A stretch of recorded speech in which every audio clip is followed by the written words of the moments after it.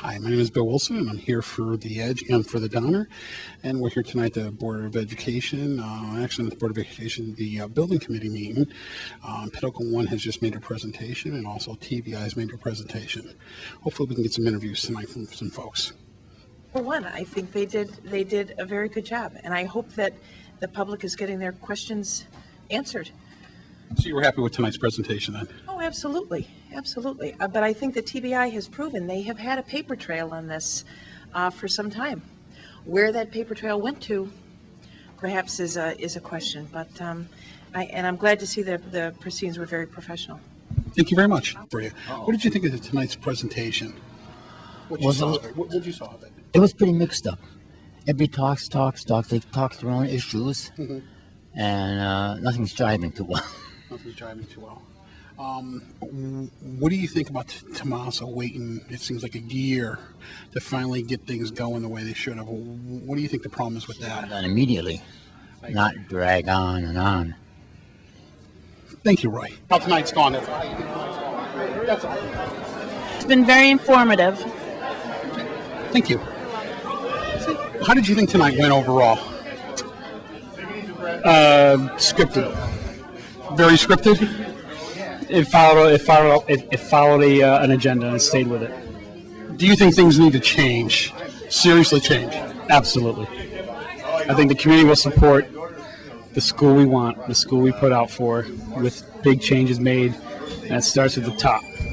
Well, the change with will they support though the building, not the building committee, but will they support the building manager? That's the one thing in question I'm wondering. I don't think the community will support TBI, unfortunately, because it will get rubber stamped through, and they're going to be our construction manager, and it just will not follow forward with TBI there. But I made it clear that it's going to get rubber stamped. How do you think tonight has gone so far? I think tonight has been very informative. Okay. Thank you. People on the school committee who said, how come we're just hearing about this now? That was a big point. Now, last question is what did you think about TBI's presentation and how they explained how the cost overruns have gone from 2004 to 2005 with the inland wetlands and everything else? Well, I think everyone knows there are certain prices that have gone up. What I don't understand is why they hadn't been more straightforward with the school committee about them. And it just makes the whole thing seem a little sleazy. Telling the truth. Somebody is not telling the truth. It's either the building committee, or Tomasso, or Joe Harlow and Dahl, or because somebody's not telling the truth. They're saying that they told this and they gave the dates, and that was all very nice. You heard Phillips. He said he didn't get anything. The hero shocked. We didn't get it.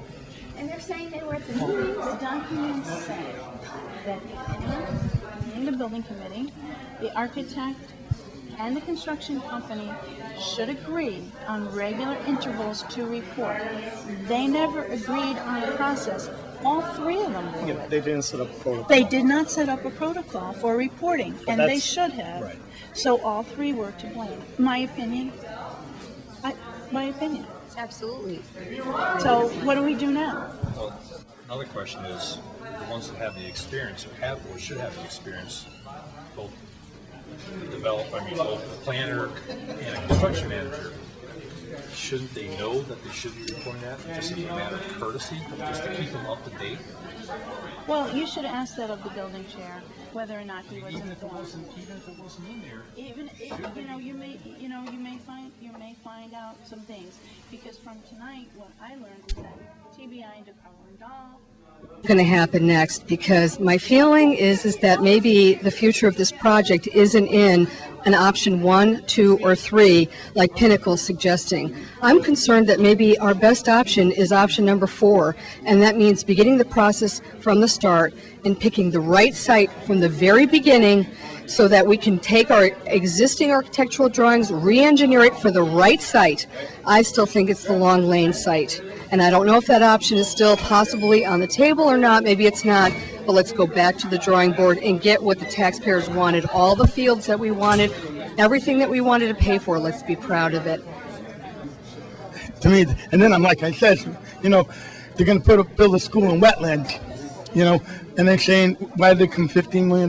Because they're questioning for more material, for steel, concrete, and drainage equipment. It's going to cost you that more because you're putting it in wetlands. I mean, if they put it somewhere else, then I don't think it would have cost them that much money. One more quick question. What did you think about the Tomasso's explanation of everything? I don't want to answer that, thank you.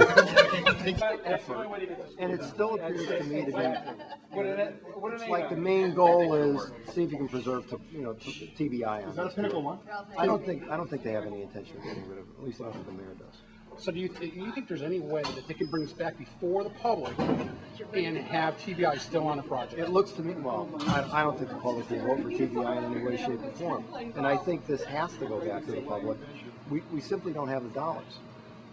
This is going to have to go to a referendum again for at least 1.8 million by Pinnacle's calculations to 3 million, and that's assuming that everything Pinnacle is projecting happens the way they project it. If something goes wrong, that number is even higher. I think if you have to go back to the voters and TBI's name is on this project, it's just doomed to failure. And then it's either you figure out how are you going to build this for $79.9? I think it's pretty clear you can't do it. So you have a dead project.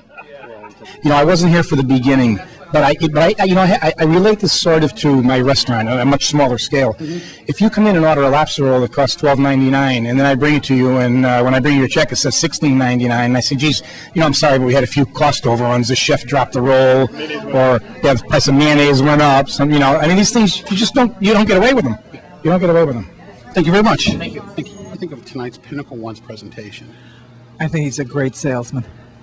I think he, not to belittle the gentleman, he did a wonderful job, but he's cut out of the same cloth as Barnum. Okay. One last question real quick. What did you think of the TBI presentation and how they talked about how their overruns and how that came about? Well, what concerns me is all of a sudden we see these reports for all this reporting that was done on the estimates and everything else. And as Mr. Shapiro said from the building committee, he didn't see these reports. He had not heard of them. Who was reported to?